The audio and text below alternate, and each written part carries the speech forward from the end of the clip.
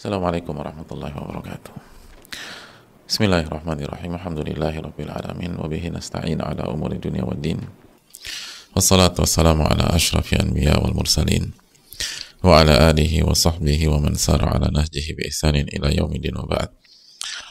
Hadirin Allah muliakan, ibu-ibu sekalian, alhamdulillah kita panjatkan puji dan syukur kita kepada Allah Subhanahu wa taala atas segala nikmat dan karunia Allah berikan dan Allah limpahkan kepada kita.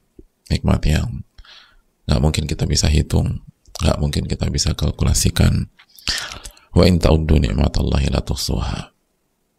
Jika kalian ingin menghitung nikmat-nikmat Allah, gak akan bisa kalian menghitungnya. Dan di antara nikmat tersebut adalah nikmat diberikan taufik oleh Allah Subhanahu wa taala sehingga kita bisa kembali menuntut ilmu di kajian wanita kali ini. Dan kita bisa kembali berinteraksi dengan ulama kita, dan kita juga bisa kembali bersama Al-Wabilus Shayyib, salah satu kitab yang terbaik dalam hal mengingat Allah Subhanahu wa taala, dan bisa bersama dengan pihak kitab seperti ini, lalu ulama-ulama kita dengan konsep yang digariskan oleh Allah dan Rasulnya Sallallahu Alaihi Wasallam, itu adalah kenikmatan yang luar biasa. Dan itu yang akan membuat kita bahagia, itu yang akan membuat kita tenang, itu yang akan membuat kita nyaman, dan itu yang akan membuat kita berhasil di dunia maupun di akhirat. Oleh karena itu banyak-banyaklah bersyukur kepada Allah Subhanahu wa taala. Dan semoga kita termasuk hamba yang bersyukur. Dan kita tahu salah satu PR yang harus dijaga oleh wanita adalah PR syukur. Karena ketika Nabi menjelaskan bahwa penghuni neraka itu yang paling banyak wanita, Nabi SAW mengatakan bahwa yakfurna, mereka itu kufur. Apakah maksudnya kufur kepada Allah? Oh bukan. Tapi yakfurna al-ashir wa yakfurna al-ihsan. Kufurnya itu kufur sama suami, dan kufur pada berbagai kebaikan dan kebajikan. Hadirin Allah muliakan, jadi kufur nikmat, hadirin, nggak bersyukur. Maka hadirin dan ibu-ibu sekalian, marilah kita jadikan majelis-majelis ilmu kita sebagai momentum untuk banyak-banyak bersyukur kepada Allah. Sebagaimana salawat dan salam semoga senantiasa tercurahkan kepada junjungan kita, uswah hasanah kita, Nabi kita Muhammadin alaihi salatu wassalam, beserta para keluarga, para sahabat, dan orang-orang yang istiqomah berjalan di bawah naungan sunnah beliau sampai hari kiamat kelak. Hadirin Allah muliakan, kita akan kembali bersama Al-Allamah Imam Ibnul Qayyim rahimahullahu ta'ala, dan kita akan lanjutkan keterangan beliau yang sangat penting untuk kita dan sangat berharga untuk kita. Kemarin kita sudah membahas sebuah kaidah besar bahwa yang berhasil itu yang ditolong oleh Allah, dan yang aman, yang nyaman, yang terjaga itu adalah yang dijaga oleh Allah. Jadi kalau kita ingin berhasil di dunia dan akhirat, perjuangkan agar kita ditolong sama Allah. Dan kalau kita ingin selamat dari mara bahaya, dari hal-hal yang nggak terduga, maka perjuangkanlah agar kita dijaga oleh Allah. Dan Allah sudah menjelaskan siapa yang akan ditolong, intan surullaha yansurkum. Jika ibu-ibu sekalian menolong agama Allah, maka Allah akan tolong kalian. Wa yuthabbit aqdamakum, dan Allah akan kokohkan kaki kalian, kokohkan hati kalian. Terus gimana caranya biar dijaga? Cara dijaga adalah dengan menjaga hak Allah. Karena Nabi kita SAW bersabda, ihfadillaha yahfadka. Jagalah hak Allah, insya Allah akan jaga Anda. Nah, hendaknya kita fokus ke situ.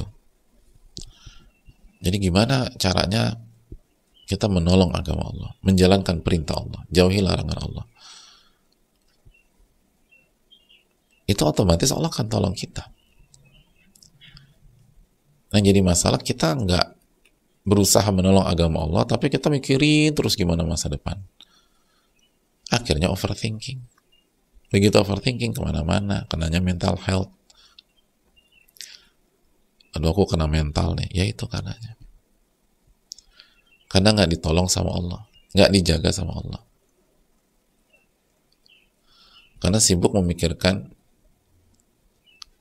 haknya atau sibuk memikirkan apa yang saya dapat, tapi nggak berbuat apa-apa. Gimana nasib saya, tapi nggak ngerjain apa-apa. Adapun orang-orang beriman, fokus dia adalah menjaga hak Allah dan berusaha menolong agama Allah. Lalu dia serahkan aja semuanya kepada Allah. Dia yakin kok Allah nggak akan zalim. Wa anna Allah laisa bidzallami lil abid. Allah itu nggak akan menzalimi hamba-hambanya. Surat Al-Imran ayat 182. Nggak mungkin Allah zalim. Inni haramtu dzulma ala nafsi. Kita udah belajar firman Allah dalam hadits qudsi, sesungguhnya aku haramkan kezaliman atas diriku. Nggak mungkin Allah zalim. Jadi kalau kita tolong agama Allah, pasti Allah tolong kita. Kita jaga hak Allah, pasti Allah akan jaga kita. Udah pasti. Udah nggak usah dipikirin ribet banget. Jangan pikir yang ribet-ribet gitu loh. Mikir ya perlu, jelas lah. Tapi jangan berlebihan. Itu hal yang perlu kita camkan. Lalu berikutnya jemaah sekalian, kita lanjutkan bahwa Al-Allamah Ibnu Qayyim rahimahullah melanjutkan, wa ja'ala lahu muqabila nafsihi al-ammarati nafsan mutmainnatan. Gitu loh. Jadi wa ja'ala muqabila nafsihi al-ammarah nafsan mutmainnah. Allah Subhanahu wa taala, atau di antara pertolongan Allah kepada kita, di antara kebaikan Allah kepada kita, maka sebagaimana Allah menetapkan bahwa nafsu itu ammaratun bisu, suka ngajak kita kepada keburukan, kejelekan, kemaksiatan. Dan itu Allah firmankan dalam surat Yusuf ayat 53, wa ma ubarri'u nafsi, aku tidak membela nafsuku, menjustifikasi nafsuku, karena inna nafsa la ammaratun bisu, karena nafsu itu senantiasa mengajak pada yang buruk gitu loh. Illa ma rahima rabbi, kecuali yang dirahmati oleh Rabbku. Nah, hadirin Allah muliakan, sebagaimana ini adalah sebuah ujian yang harus kita hadapi. Allah itu maha baik. Allah juga ciptakan jiwa yang tenang bagi kita sebagai oposit dari nafsu yang senantiasa mengajak pada hal yang buruk. Sehingga kata para ulama, idza amarathun nafsul ma'ammaratu bisu nahathu anhu nafsul mutmainnah. Ketika nafsu yang selalu mengajak pada keburukan memerintahkan dia untuk berbuat buruk, di sisi lain jiwa tenangnya itu melarang dia melakukan hal yang buruk. Wa idza nahathul ammaratu 'anil khair, dan apabila nafsu yang buruk itu melarang dia untuk mengerjakan hal baik, maka an-nafsul mutmainnah memerintahkan dia mengerjakan hal yang baik.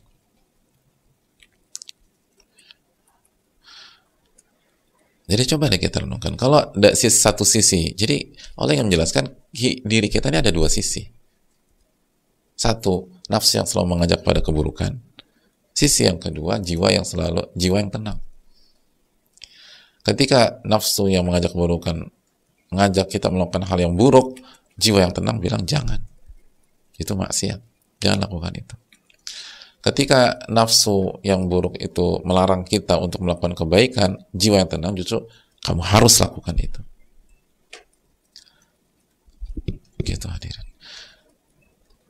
Jadi ternyata nih ada dinamika dalam diri seseorang hamba. Ada pertempuran antara al-haq dan al-batil. Antara an-nafsul mutmainnah dengan an-nafsul ammaratu bis-su'. Nah, itu.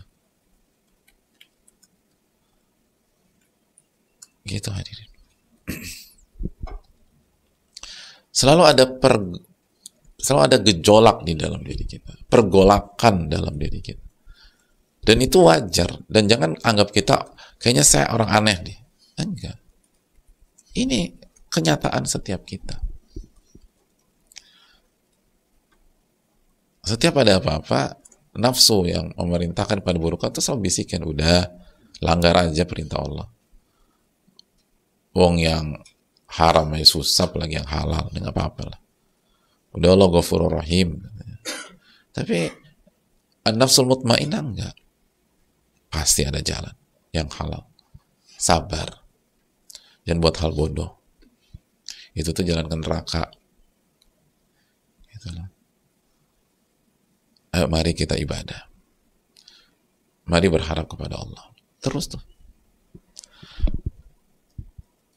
Jadi satu ngajak ke surga, satu ngajak ke neraka. Itu pertempuran yang selalu terjadi. Pergolakan yang selalu terjadi. Dan kalau kita mengalami itu, jangan bingung. Jangan heran. Apalagi jangan putus asa. Emang begitu. Maka kata para ulama, fahuwa yuti'u hadhihi marratan wa hadhihi marratan. Dan kondisi manusia itu di sebuah kesempatan ngikutin nafsul ammarah bisu, dan di kesempatan yang lain mengikuti, mentaati an-nafsul mutmainnah gitu. Wa huwa lil ghalibi alaihi minhuma. Maka nanti status kita dan kondisi kita mengikuti siapa yang paling dominan di antara dua itu. Siapa yang paling dominan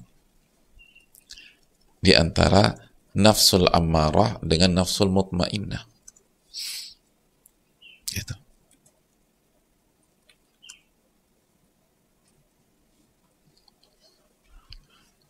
Jadi itu hadirin. Oh, ini dalam sekali loh. Jadi kita akan, manusia tuh, kita nih, pada akhirnya akan berada atau akan memiliki atau akan berstatus dan kondisinya akan mengikuti yang paling dominan. Siapa yang paling dominan? Antara nafsul mutmainnah dan nafsul ammaratu bisu. Kalau yang dominan an-nafsul mutmainnah, ya dia orang baik. Dan mayoritas yang dilakukan baik. Tapi kalau yang dominan nafsul ammaratu bisu, ya nanti dia jadi orang buruk. Karena mayoritas dia akan ikutin itu.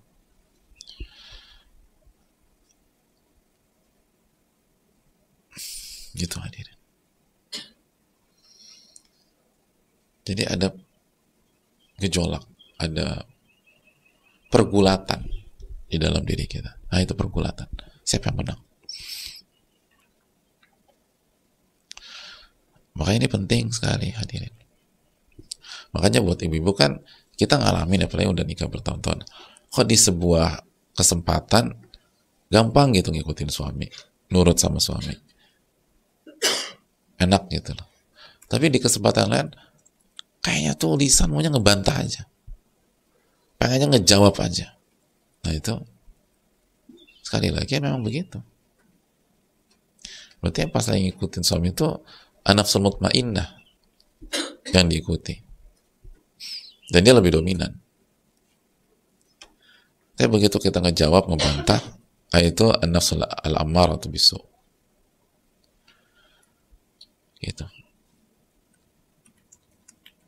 Begitu juga kalau kita memperhatikan orang lain, atau kita berinteraksi dengan orang lain, atau sekeliling kita, lingkungan kita.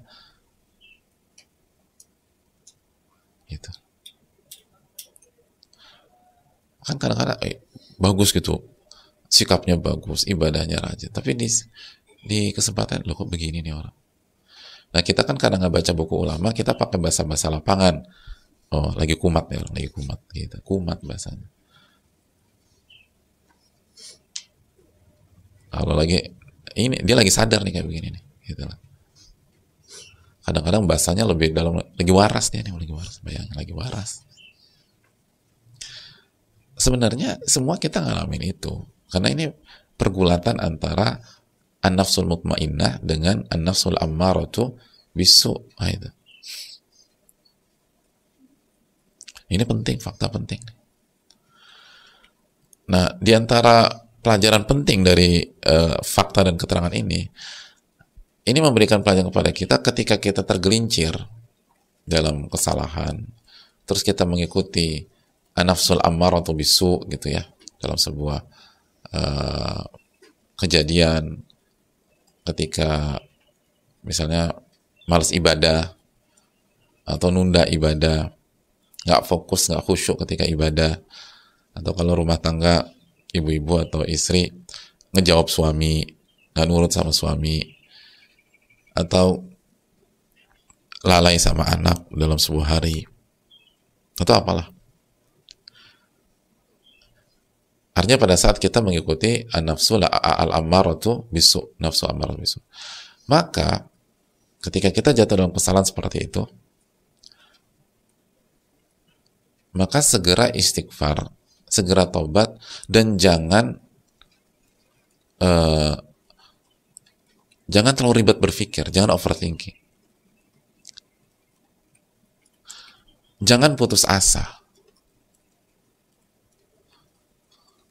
jangan mengatakan emang aku ini salah terus gitu loh, ngomong ke dirinya dengan konteks putus asa, terpukul gitu.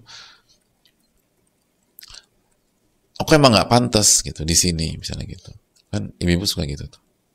Ya bapak-bapak juga suka gitu juga. Lalu betul kan aku bukan istri yang baik gitu misalnya gitu. Atau aku salah lagi gitu. Emang aku nggak bisa jadi wanita solehah kan suka gitu. Emang aku ditakdirkan jadi wanita yang nggak bersyukur. Sering tuh kita berpikir demikian. Padahal faktanya nggak demikian. Betul kita salah, betul kita khilaf. Tapi lihat keterangan Ibnu Qayyim di atas. Faktanya adalah fahuwa yuti'u hadhihi marratan wa hadhihi marrah. Di sebuah kesempatan kita ngikutin nafsul ammarah bisu. Tapi di kesempatan yang lain kita akan ngikutin nafsu mutmainnah. Jadi nggak benar itu narasi emang aku nggak bisa jadi orang baik sih gitu. Aku udah gagal gitu. Aku udah gagal jadi istri soleha. Emang aku nggak berbakat. Emang aku tuh pecundang. Emang aku memang bukan wanita yang bersyukur. Fakta bahwa kita salah pada hari ini tidak melazimkan kita pasti salah besok, jamaah. Fakta ketika kita berdosa pagi ini tidak melazimkan, tidak mengharuskan kita juga penuh dengan dosa nanti siang. Nggak harus begitu. Kalau kita beristighfar, kalau kita taubat, kalau kita amalkan sabda Nabi SAW, wa'at bi'is sayyi'atal hasanata tamhuha, dan ikutilah perbuatan buruk dan perbuatan baik, niscaya perbuatan baik itu akan menghapus dosa dan perbuatan buruk itu. Maka ketika kita istighfar taubat, kita buat salah jam 7 nih, lalu kita istighfar taubat dari jam 8 sampai jam 9, jam 10, itu zuhur udah bersih lagi hadirin. Nanti kita mudah lagi ngikutin nafsul mutmainnah. Gitu. Tapi kan syaitan pengen menggunakan kesalahan kita sebagai momentum menghancurkan kita, itu masalahnya. Jadi syaitan dan nafsul ammarah itu berkolaborasi, bukan hanya membuat kita tergelincir dalam kesalahan, tapi berusaha membangun ilusi bahwa harapan itu hilang, harapan itu sirna, dan yang ada adalah keputusasaan. Anda nggak punya kesempatan untuk jadi orang baik atau wanita soleha, biar kita setiap saat ngikutin ammaratun bisu. Itu yang sering terjadi.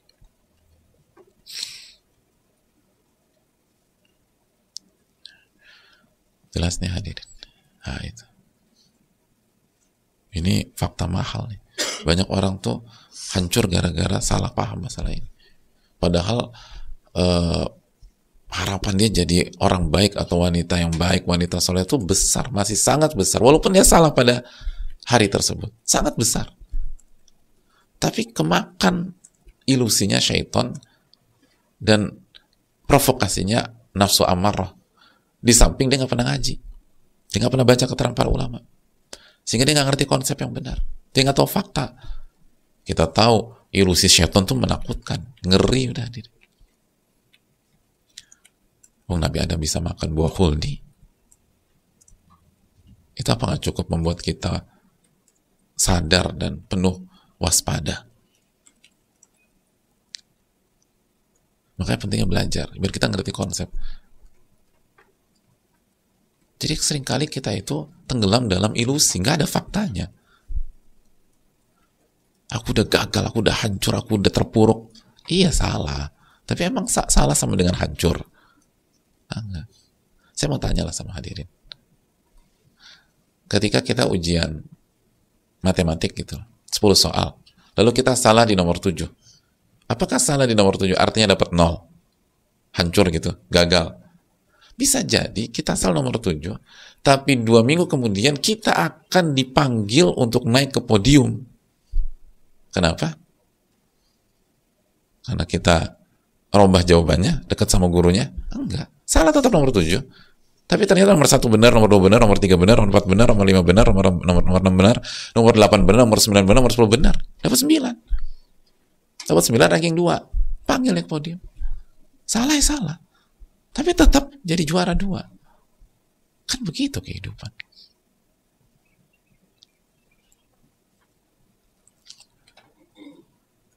Jadi ini yang perlu kita renungkan lah. Sebagaimana poin yang terakhir di pertemuan kali ini, kalau kita melakukan amal soleh, melakukan prestasi, mengikuti nafsul mutmainnah, jangan berpikir kita sudah pasti jadi orang baik, pasti jadi ahli surga, dan pasti husnul khotimah.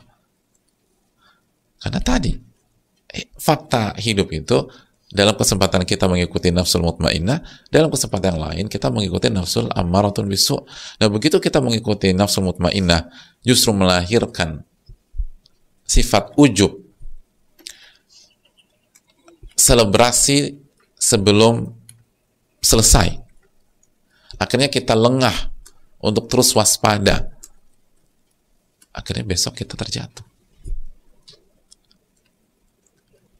Ingat, jangan ujub, jangan sombong, jangan berpikir sudah selesai. Belum. Makanya ketika Imam Ahmad dikatakan, engkau telah selamat dari syaitan, katanya belum. Sampai saya wafat, husnul khotimah, baru saya selamat dari Anda, syaitan. Gitu, belum. Terus waspada, terus tawakal sama Allah, teruslah melangkah, teruslah beramal, dan lain sebagainya. Jangan besar kepala, jangan besar kepala. Semua masih bisa terjadi. Oke, hari-hari ini kita merasa jadi wanita yang mudah banget mengerjakan kesolehan, wanita soleha. Oke, emang nggak bisa berubah, tergelincir. Bulan depan akhirnya sikap kita berubah, tahun depan sikap kita berubah. Itu yang perlu kita camkan.